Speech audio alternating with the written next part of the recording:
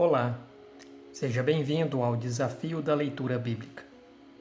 Para uma pessoa que não está familiarizada com uma partitura, os símbolos usados para representar as notas musicais não farão nenhum sentido. Da mesma forma, para alguém que não está familiarizado com a Bíblia, seu conteúdo pode parecer bem estranho, como hieróglifos que são desconhecidos. Essas pessoas podem possuir uma Bíblia, mas não possuem as palavras da Bíblia porque não sabem como determinar o seu significado. Perdem, assim, as próprias palavras de vida que Deus pronunciou.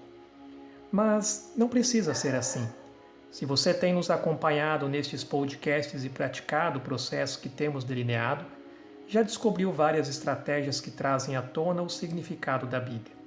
O mais importante que aprendeu a fazer foi procurar termos. Neste post, quero ajudá-lo a pesquisar termos bíblicos para discernir seu significado. Um termo é uma palavra ou expressão que o autor usa para enfatizar algo. Ele pode usar a palavra repetidamente para enfocá-la. Pode expô-la em algum versículo proeminente.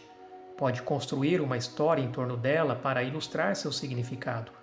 Ou pode colocá-la na boca de um personagem central da narrativa.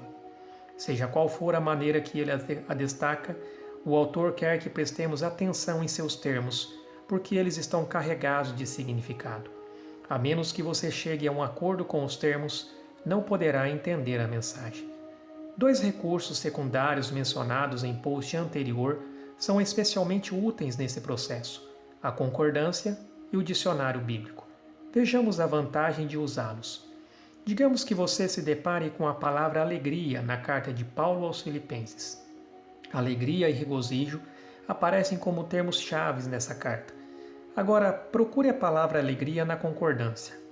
A primeira coisa que vai notar é que há muitas referências, tanto no Antigo Testamento como no Novo Testamento.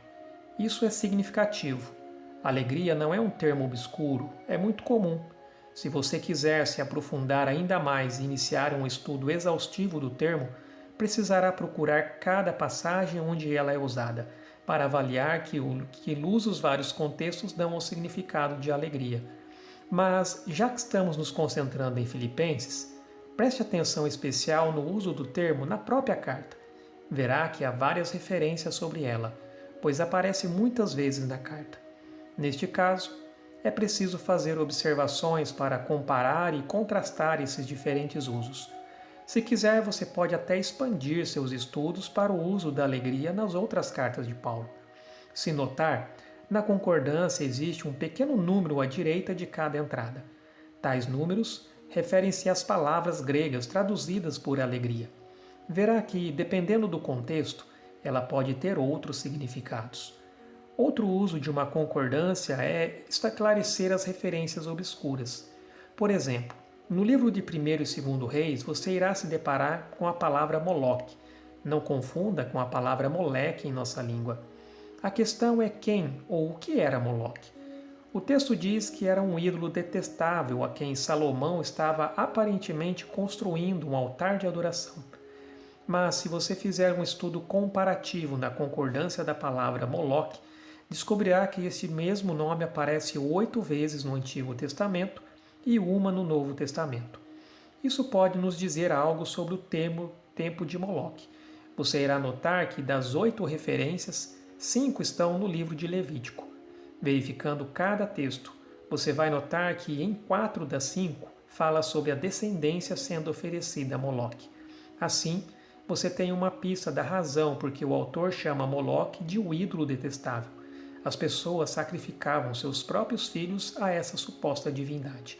E Salomão estava começando a se envolver com isso.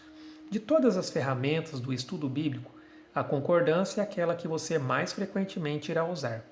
Ela é ideal para estudos de palavras porque localiza termos no texto. Também lhe dará um bom início de comparação da Bíblia com a Bíblia, que é a melhor maneira de se entender o significado de termos bíblicos. Se você adquirir apenas um recurso secundário para o seu programa de estudo da Bíblia, certifique-se de ter uma concordância completa da tradução da Bíblia. O investimento valerá o seu esforço.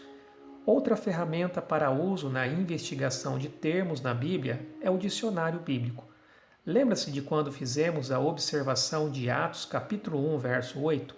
Recomendo que você veja o nosso podcast número 11. Comece com o versículo. Jesus disse aos seus discípulos que eles deviam levar o Evangelho até os confins da terra. Nós vimos que a palavra terra, neste versículo, se refere à terra habitada. E como sabemos disso? Basta ver no dicionário bíblico. A palavra terra pode ter dois significados. Um se referindo à terra como território, país, mundo em oposição ao céu, e outra se referindo à terra como mundo, mas em qualquer lugar. Veja que no verso de Atos, capítulo 1, verso 8, se refere à terra habitada como território ou país. Entenda que palavras são blocos básicos na construção da linguagem. Para compreender qualquer tipo de literatura, é preciso que se chegue a um acordo com o autor. Temos de interpretar suas palavras. Concordâncias e dicionários bíblicos são de inestimável valor para ajudá-lo a fazer isso. Entretanto, algumas palavras têm um significado que se posiciona abaixo da superfície. A estas chamamos de figuras de linguagem, mas estas veremos como funcionam no próximo post.